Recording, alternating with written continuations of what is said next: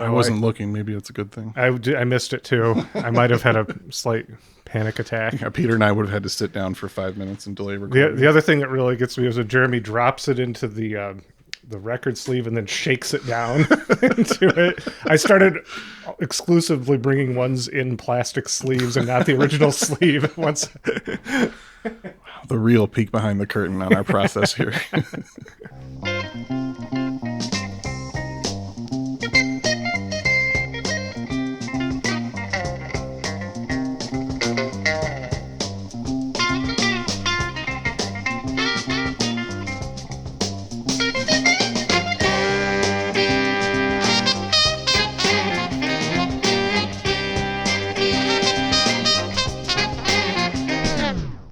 Welcome to I'd Buy That for $1, a podcast about inexpensive, common, and underappreciated records that are waiting to be rediscovered. I'm your host, Sean Hartman, up-and-coming movie producer, specializing in crossover franchise films in the vein of Freddy vs. Jason or Alien vs. Predator. And I'm excited to announce my latest project, currently in development. It's a bold vision that audiences didn't know they needed. Two ancient evils face off in a deadly surrealist showdown combining the worlds of 70s Australian new wave and 80s American cult horror. It's called Pumpkinhead at Hanging Rock. we watched for our audience, the three of us and other friends watched Pumpkinhead last night at Jeremy's house here because Sean is in Kalamazoo, Michigan right now. That's right. And this afternoon, while thinking about Picnic at Hanging Rock, I drifted off and the movies started to blend together. Pumpkinhead and Hanging at Picnic Rock. Yes, see, it works, right? And you bringing that back is making me very confused about if I'm awake or asleep now. Exactly. That is the ideal state of being to discuss Picnic at Hanging Rock. True. Well, I'm co-host Jeremy. Some, though, have called me Jeremy the Riddler Ruggles. Some have. Would you say that's because you have only questions and no answers? I have some riddles for you. What has a head but no brain? A pumpkin? Don't ask me that. I have a neck but no head. I have 2 arms but no hands. What am I? I'm afraid to answer. I don't know. That's all. Wow, so open-ended. It really makes you think, huh? Yes. In frustration. Well, I wonder what you thought about this film, Jeremy. Well, I am co-host Peter Cook, and now I know. Right now? Right now I know. What do you know? I know that I'd Buy That for $1 is a Botticelli podcast. Joining us on this haunted, seasonally appropriate episode of I'd Buy That for $1 is an architect, musician, and owner of Rocky Road Records in Sydney, Australia. Welcome back to I'd Buy That for $1, Melonie Bayl-Smith. Thank you for having me again, guys. I'm looking forward to discussing a film that does not have John Travolta in it.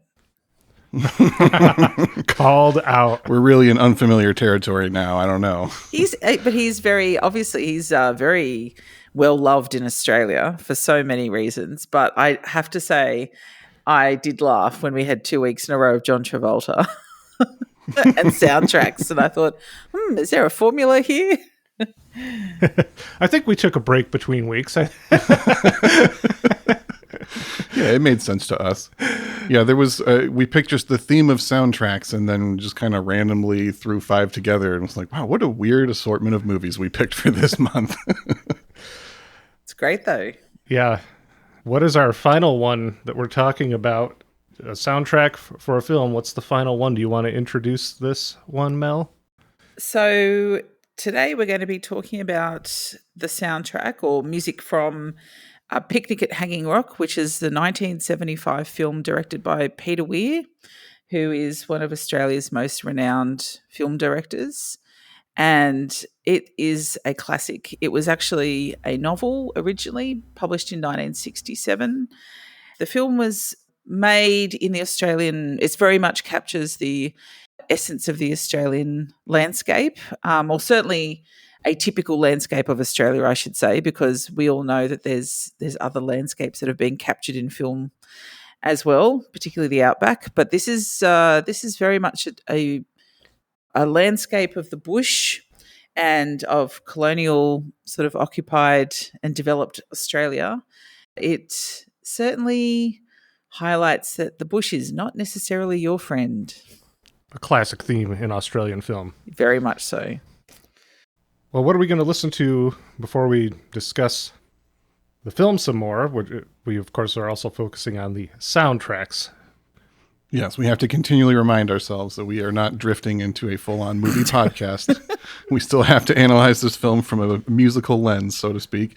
And we're going to start off by hearing a theme from Picnic at Hanging Rock by Gheorghe Zamfir, a Romanian musician, and we'll get into the reasons why this quintessential Australian film has a soundtrack by a Romanian pan flute player, or panpipes. Yeah, I have many questions, and hopefully there are some answers, at least to the soundtrack. This film doesn't provide a lot. Well, maybe there will be answers, and maybe there will be only more questions. Well, what are we talking here? Side what, track what? Side A, track 1. All right.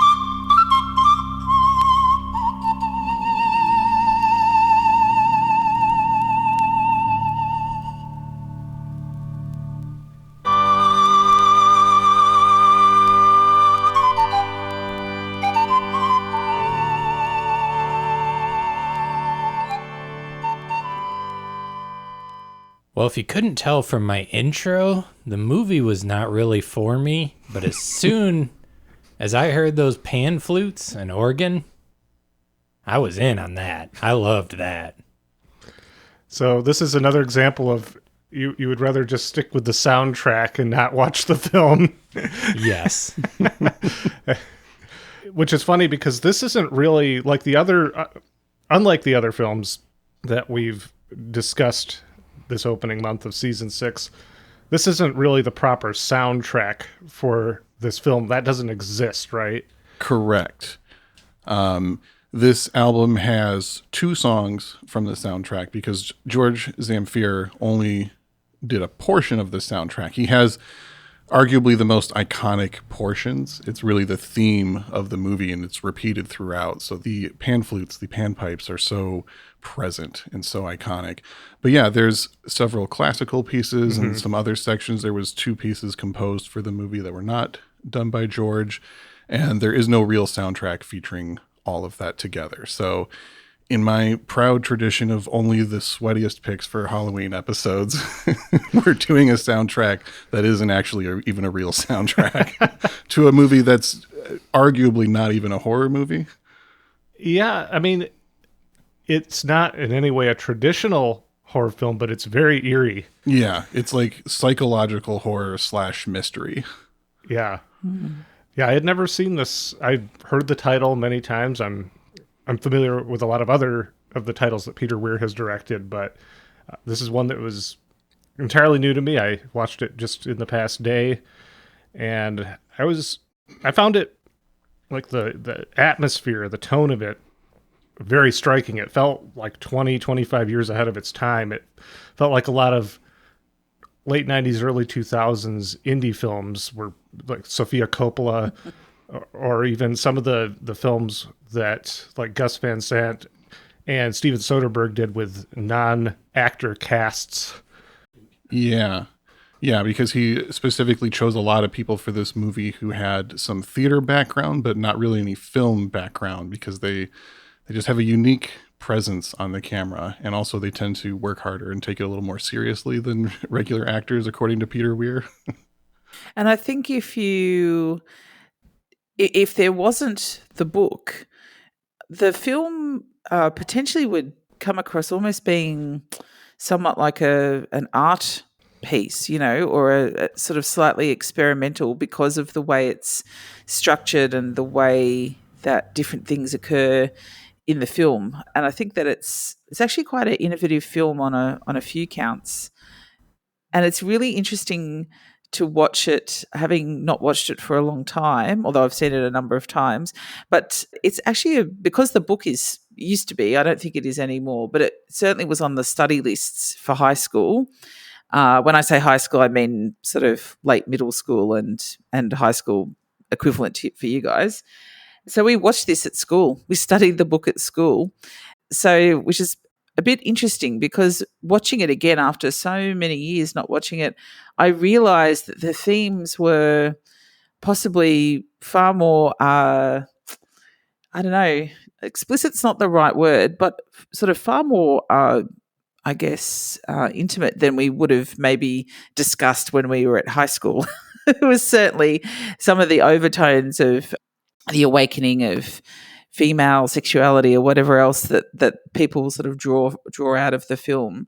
I think we're far more focused on sort of landscape and mystery and the psychological aspects at school, which is kind of interesting. So it's a film that people keep coming back to, although I know in Australia you can only watch it on Apple TV, which was bloody annoying, but it's not as easy to, I mean, for a film that is so highly regarded in the canon in Australia, it is incredibly hard to watch, and it made me pine for like a DVD store like Blockbuster so I could just go and bloody hire it, because it was so painful having to find it on streaming, whereas in America you can stream it on many different platforms. So just one of those anomalies, Australia's cultural outputs being out of arm's reach, etc.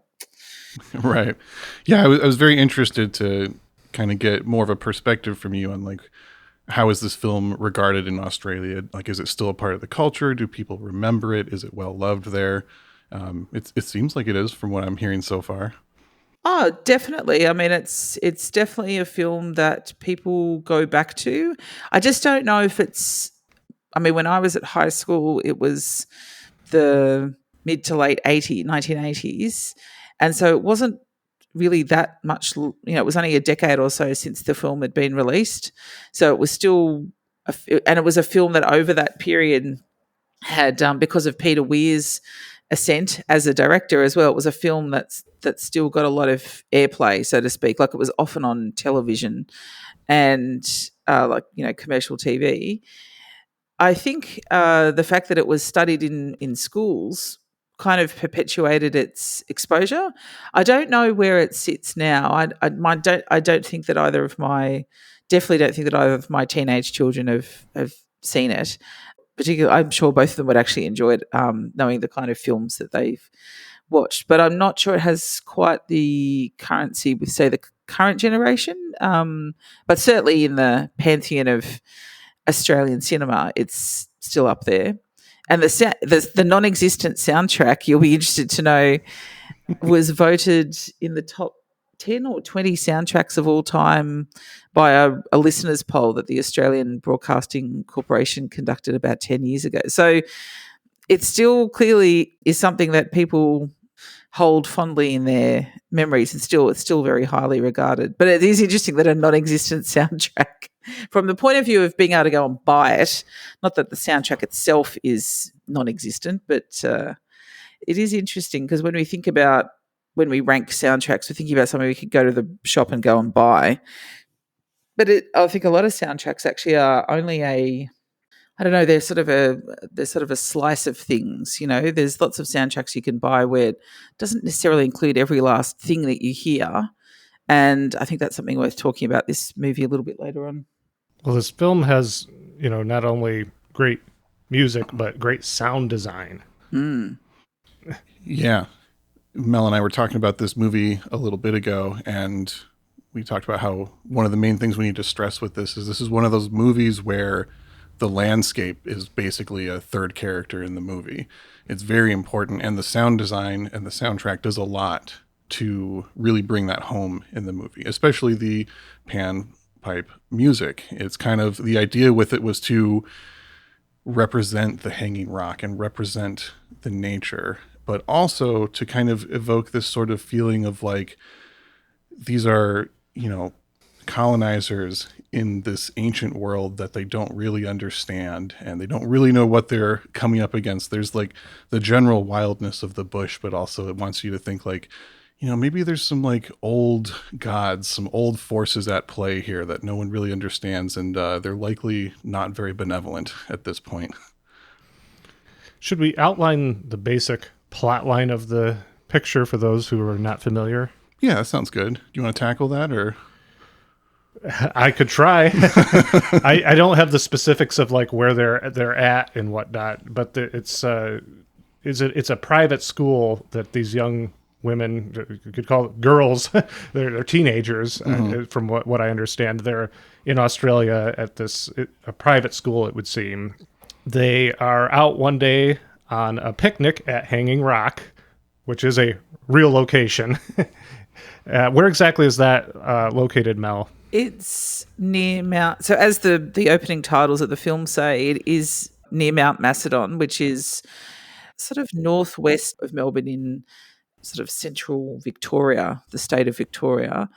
The landscape you see is actually very typical of lots of areas sort of just outside of Melbourne. Not just the craggy granite rocks, of which Hanging Rock is one. And it is quite an amazing formation, but also just that landscape, the grassy landscapes with those particular trees and so forth. Anyway, let's keep going. I won't wax lyrical about the landscape just yet. Well, the landscape is another character, so it's important to understand it.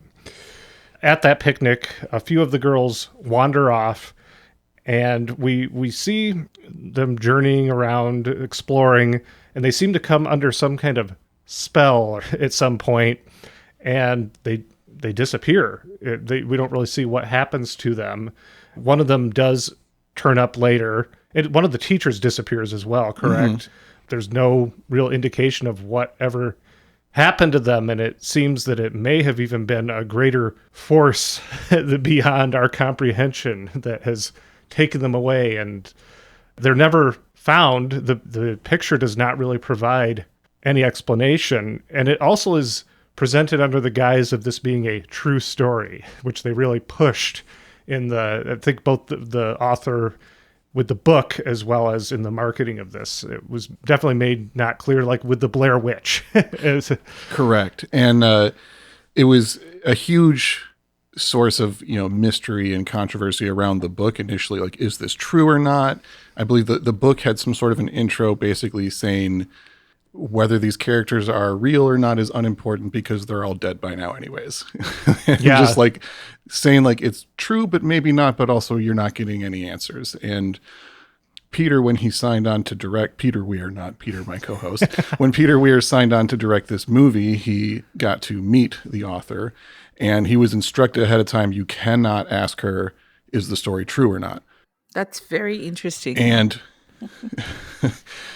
but he decided, like, if I'm going to take this on, there has to be a certain level of trust between me and the person whose story I'm adapting. So I'm just going to break the rules and ask. And he was like, I've been instructed not to ask you, but is there any truth to this? And she basically just glared at him and said, I wish you hadn't asked me. Mm-hmm. Yeah. Didn't give him an answer. And then he like doubled down and was like, well, in your head, what is the answer? Do you think it's most likely they fell down a hole? Do you think they disappeared? Wild animals, aliens? And she was just like, well, any of them are possible. All of the above. Yeah.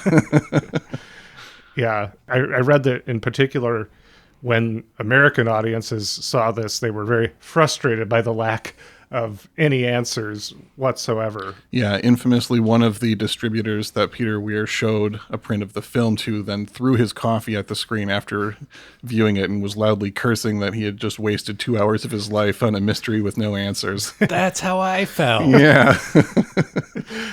Yeah, that's Jeremy messaged the group chat that we have going for the podcast. I just finished Picnic at Hanging Rock.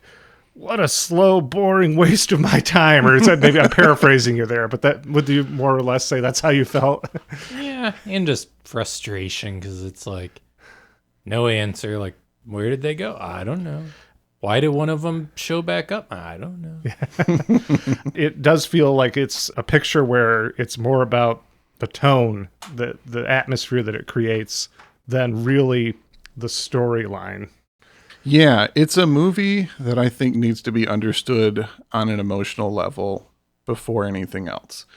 There's a very strong dreamlike quality to the movie, and there's a lot of things feeding into that. There's a lot of manipulation of camera speed and different technologies, and they would put like bridal veils in front of the camera lens to manipulate light diffusion, and there's all these subtle intentional moves to give you kind of this feeling of like, maybe I'm in a dream, maybe this is reality.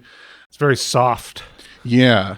There was a lot of decisions in the creative process where it seemed like it was a very collaborative group creative process where people could just kind of bring in things like, hey, maybe a character should just do this thing. Maybe someone should have a limp, like this feels right. Or I saw something on my way to work that gave me this idea and it just feels right. Let's put it in. So there's a lot of stuff that was not placed on like a conscious, like this is the meaning, this is the reason, this is the larger story. But it was more of a emotional, like this seems to fit, this is working, this is some sort of like primordial subconscious level that this is working on. Mm-hmm.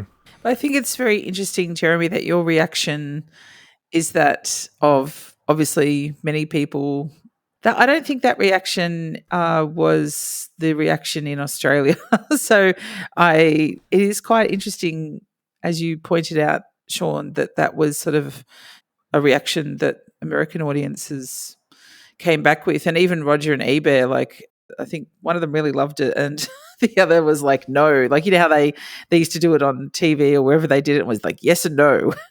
It's sort of, clearly it was polarizing, this the lack of resolution. I don't think that I have never read a review, an Australian review, where that's even been a feature. So it's not, I think the atmospheric and the capturing of the landscape is something that maybe we understand innately, or we feel that we understand on some level. So we haven't questioned that necessarily. I don't know. Interesting. Yeah, interesting. We should get to another selection here. What was next? All right, so up next, we're going to hear one of the non-soundtrack songs, but I think it's still the same two players. You got Gheorghe Zamfir on the flutes and Marcel Cellier on organ, and the track is called Duina Riuli Olt. I'm sure I'm mispronouncing that, but it's my best attempt. And that is Side A, track 3.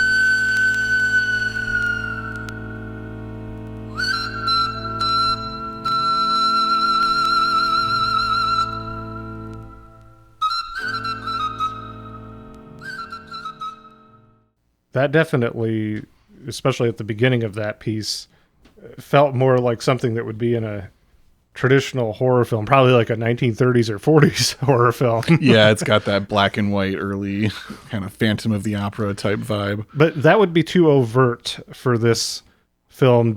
Just like many of the concepts that are represented in the film are very understated or undertones. So is the overall feel of everything. Yeah, which is one of my favorite aspects of it. Oftentimes when movies try and recreate a dreamlike feeling or a dream sequence, it's just messy and too much is going on. And it really doesn't give you the exact feeling of what that's like.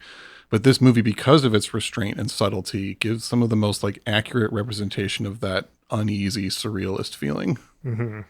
Yeah, I think if you were to take a film inspired by this, the Virgin Suicides, directed by Sofia Coppola, the first time I ever watched that, I was definitely thrown off by kind of the lack of character development or really being explicitly told how to feel about these characters. That's definitely the case here too. You're not forced to feel things, but there's so much open to interpretation that you can kind of feel however it might strike you. Yeah, and because of like the way they filmed it with this creative process, there's so many things that you can relate to. There's so many things that can, different ways you can latch onto it, and different ways you can go really deep into analyzing some of the themes that are presented in this movie. I think the way that also the music bookmarks the film in a way, it sort of marks points at which the film moves thematically into its next sort of act almost. It means that you move on. You don't become preoccupied with the typical character development that we would expect because of the way the film moves along. And I think the music's very clever in how it leads you, particularly the way that Zamfir's panpipe music is then interspersed with the classical music selections that are used to evoke colonial behaviours or colonial sort of settings that are in the film. And then also the other music written by Bruce Smeaton. There's this, it's almost like they're in a cycle. They move from one type of music to another, and that's very interesting as well. It means that you don't become preoccupied with the fact that it's like, well, I haven't really learnt a lot about Miranda. I haven't really learnt a lot about these characters. I've only learnt so much, and that's actually, I think, very important that the music moves you through the film. As much as Jeremy says it was like slow, you mustn't have watched the director's cut, Jeremy, because unlike most director's cuts, which are longer, Peter Weir actually cut 7 minutes from the original film. So it's even shorter. It's actually not that long a film, really, especially compared to some of the sort of what I call bladder busters, 3.5 hours of. Yes, it's no Heaven's Gate. Yeah, I will watch that. I actually have not seen that, Sean, and I am going to watch it, but I'll need to set aside a significant portion of time to do so by the sounds of it. But anyway. Yes. Yeah. And also leave yourself a good 2 hours after you finish it to just kind of sit quietly and think about it. So just block out a whole day for that movie, really. Well, we haven't outright said for our listeners who may not know what other film, they might not know that Peter Weir, we mentioned that he kind of went on to much more acclaim as a director, but I mean, we're talking titles that people have recognized, like The Truman Show, Dead Poets Society. The Cars That Ate Paris. Yeah. Witness, The Mosquito Coast. Fearless is actually, I love Fearless with Jeff Bridges. Have any of you seen that one? I have not seen that one. That's a good one. I'm not going to go into that though. Yeah, I had the realization just a couple years ago. We'd rewatched The Truman Show, and I was like, man, I guess I never really sat down and thought about how incredible and varied Peter Weir's filmography is. And everything I've seen, I've loved. So I think I just need to go through and watch 100% of this and see what this guy's all about. Yeah, overall, there's not like that many. It's, maybe a dozen and a half or so. He's retired now. 14. Yeah, 14 films to be exact. Okay. Sorry, I just flicked into Wikimedia. Easy. Mel's on it. Well, no, because I thought to myself, as Sean was listing, I'm thinking there's actually not much more than what he's listing. There's, I have to say, it's all killer and no filler. Like, it's a pretty impressive filmography, really, even though there's only the 14 films. Anyway, sorry, keep going. The Cars That Ate Paris. That is That's a film nerd favorite, I have to say. Well, I do love that movie, and I am a film Yeah. nerd.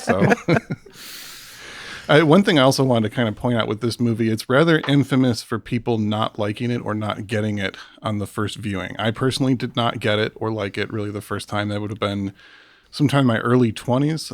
We mentioned this is a renowned Australian film, but it's also highly regarded, worldwide amongst film nerds. This was one of the earliest entries in the Criterion collection. So when I started collecting those DVDs at one point, this was like an early one that I bought, sat on my shelf forever, eventually watched it. I was like, I don't get it. I don't understand why people like this. This isn't for me. And then years later came back and was just like, wow, what a masterpiece. Like I just don't know what I thought I was watching last time. Mm-hmm. Well, I kind of had I think you had basically more or less told me that was your experience with it. And then we heard about Jeremy's Heaven's Gate experience. And so then when he described this as being similarly alienating for him, I was like, okay, who knows where I'll land with this. And I could see where Jeremy was coming from in the first half hour, 45 minutes, where I'm thinking, well, the film told me that these girls are going to disappear, and then I'm just waiting for them to disappear now. And it's going very slowly. Yeah. And the disappearance happens rather quickly. It's like 45 minutes into the movie. The movie actually spends most of its runtime really going into the effect of the disappearance on the town and the community. Yeah. Yeah. Which we haven't really mentioned that it's another hour after they disappear that then it's everyone kind of freaking out about what happened. and you don't really get any answers. Well, real quick, you guys want to learn about Gheorghe Zamfir and figure out how this Romanian flute artist ended up on one of the most important Australian films of all time? Sounds good. Yes. So Gheorghe Zamfir is known as the master of the pan flute. He was born April 6, 1941 in Romania. He initially studied accordion, but switched to pan flute at the age of 14. He studied music in Bucharest, where he still resides. He first came to worldwide attention in the 1960s after meeting Swiss ethnomusicologist Marcel Cellier. Marcel specialized in Romanian folk music, and his, quote, discovery of Zamfir is considered one of his greatest accomplishments. Zamfir's first soundtrack work was for the French spy film The Tall Blonde Man with One Black Shoe, which was released just 3 years before Picnic. So I tried to really dig in on just how did they find this guy? How were they connected? What was the choice on bringing this music in? And I learned that they were mid-production, if not farther, where they were already filming and they just hadn't found the theme music that fit. They were really trying to find something that had the correct and specific emotional impact that they were looking for. And one of the co-producers on the movie, Jim McElroy, heard Gheorghe Zamfir on a television program and was just so taken by these pan flutes. This was an instrument that maybe fewer people were familiar with at that point. And it was just so striking that they contacted him and initially offered for him to write new music for the film.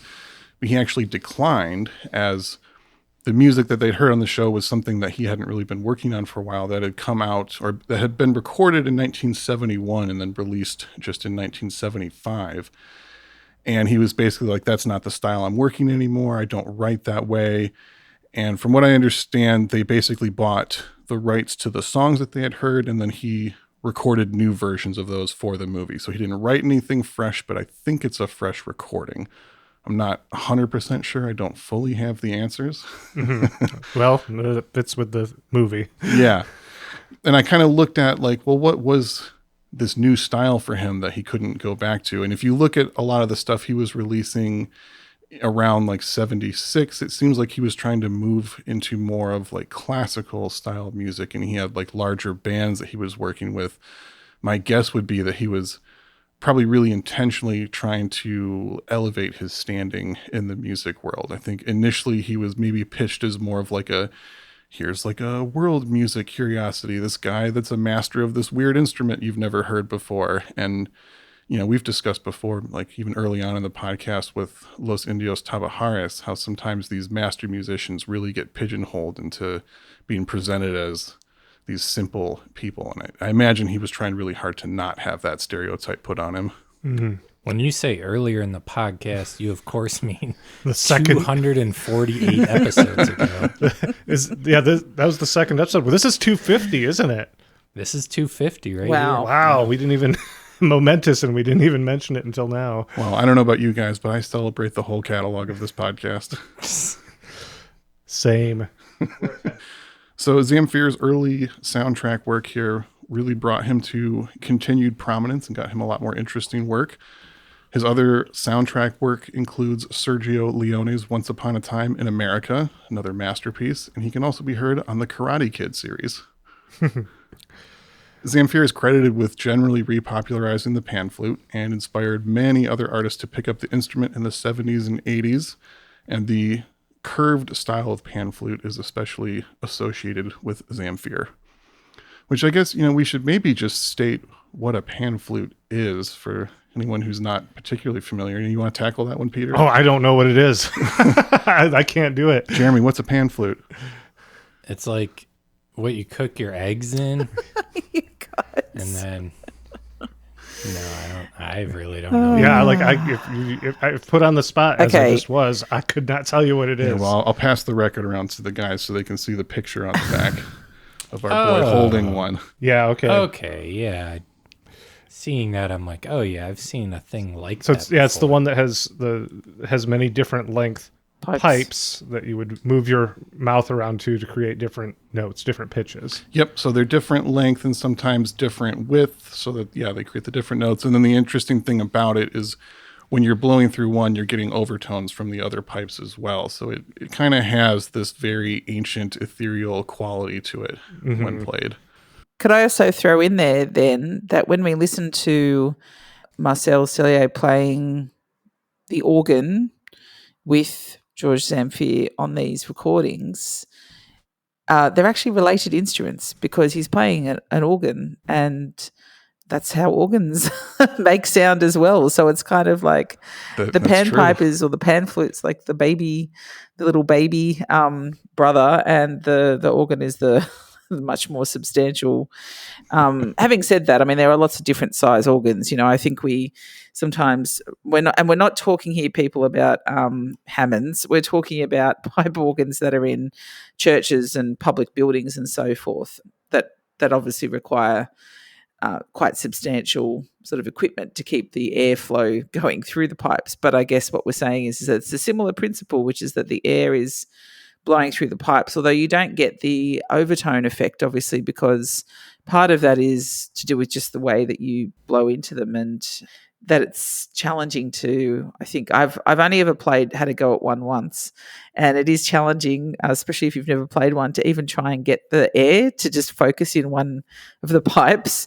So the way that he gets actually quite a harmonically pure sound when you listen to the recording, which I think is also why it's so kind of breathtaking, literally you listen to it, you kind of go, ooh, that does sound otherworldly, yes, he's very accomplished. There's no doubt.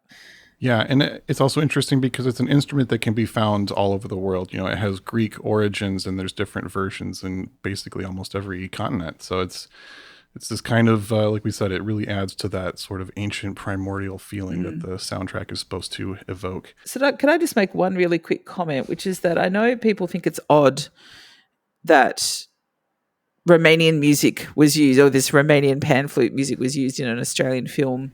But I think what it does is that it deflects from the film being focused on, say, Aboriginal or Indigenous people's culture. Even though there is an Indigenous person in the film, Hanging Rock is actually a sacred place in real life. So I think by having that, the film then doesn't get focused in a different direction. Whereas I think if you watch other films that are much more concerned with the culture of perhaps a storyline that has to do with Aboriginal or Indigenous people, where there is didgeridoo, which is another blowing a pipe, basically, a very long tree trunk, a hollowed out tree trunk. I think it is actually very clever that he did not go in that territory, and he did that Peter Weir did go instead in this direction. Agreed. Well, let's hear some more of the direction that Peter Weir did go. This is another track from the soundtrack Miranda's Theme from Picnic at Hanging Rock. This is Side B, Track 1.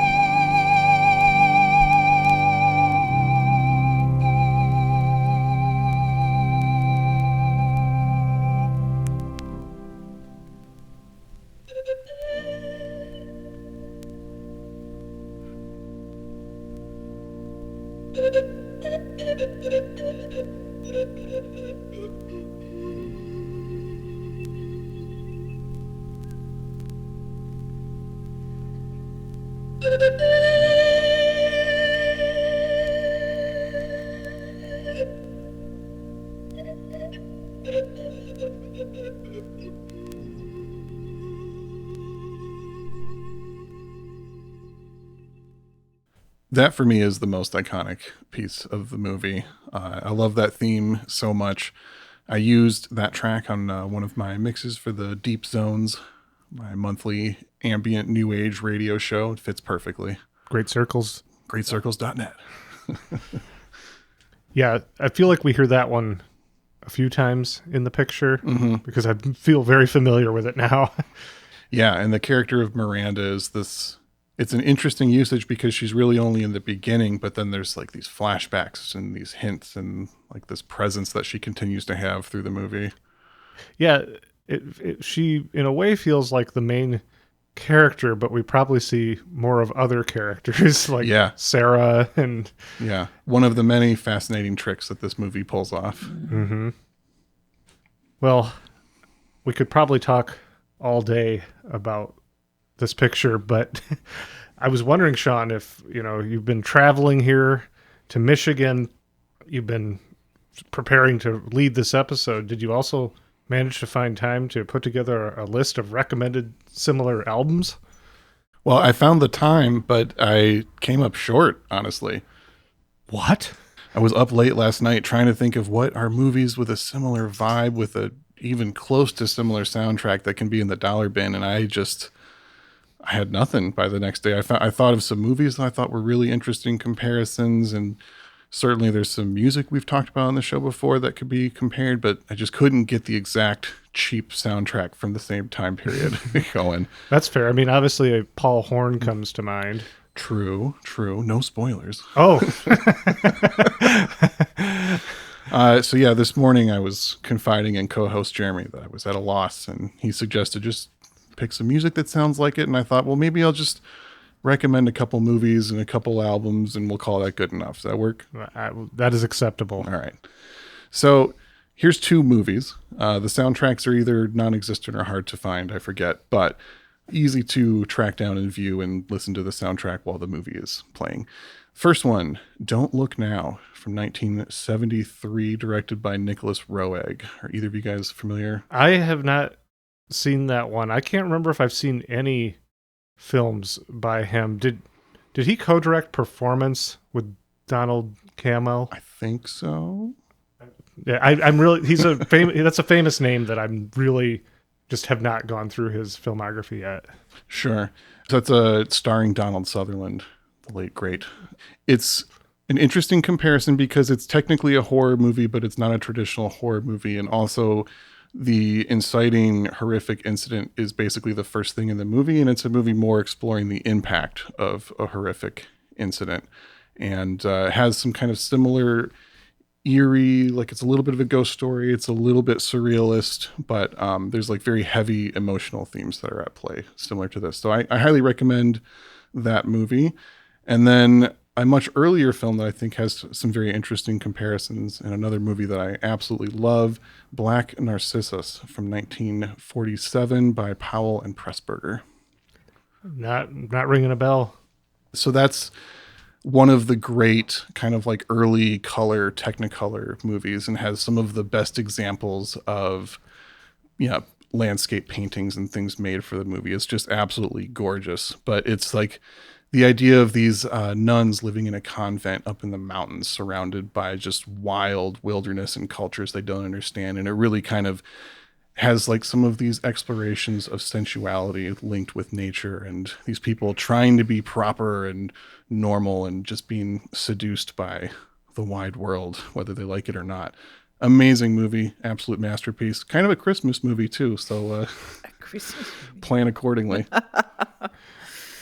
Interesting. I was going to say that another film by Nicholas Roeg, Walkabout, is not the same, but is another film that has a parallel in terms of exploring the Australian landscape. But there are lots of films that kind of tap into the mystery and, I guess, sort of unknowable aspects. Danger. The danger. There's definitely danger. It's interesting, in the Roger Ebert review, he talks about this film being sort of a horror film or a film, and there's not monstrous bugs except for ants. And I'm like, this is Australia. Just because you don't see the monstrous bugs doesn't mean they're not there. But anyway, on that note, though, this film won a BAFTA for sound design, or for sound engineering, and the sounds are made from field recordings from insects and so forth. So the landscape, that's interesting that you choose Black Narcissus also, because that's, as you said, Sean, it does relate to landscapes. And another thing that Peter Weir drew very heavily on was a famous landscape painter, Frederick McCubbin, who always puts people in these landscape settings that are actually, when you think about them, quite horrific, because you realise how far they are from so-called civilization. So interesting. Black Narcissus is sort of, I have not seen that film, but I was just reading about it very briefly there. Highly recommended. I was going to suggest The Piano. It's not the same. It's certainly not going to be in the dollar bin. With Harvey Keitel. What? Yes, the film set in New Zealand. Holly Hunter? Yeah, Holly Hunter, yes, with the Michael Nyman soundtrack. Well, I do have 2 regular album suggestions as well, if we want to hear those.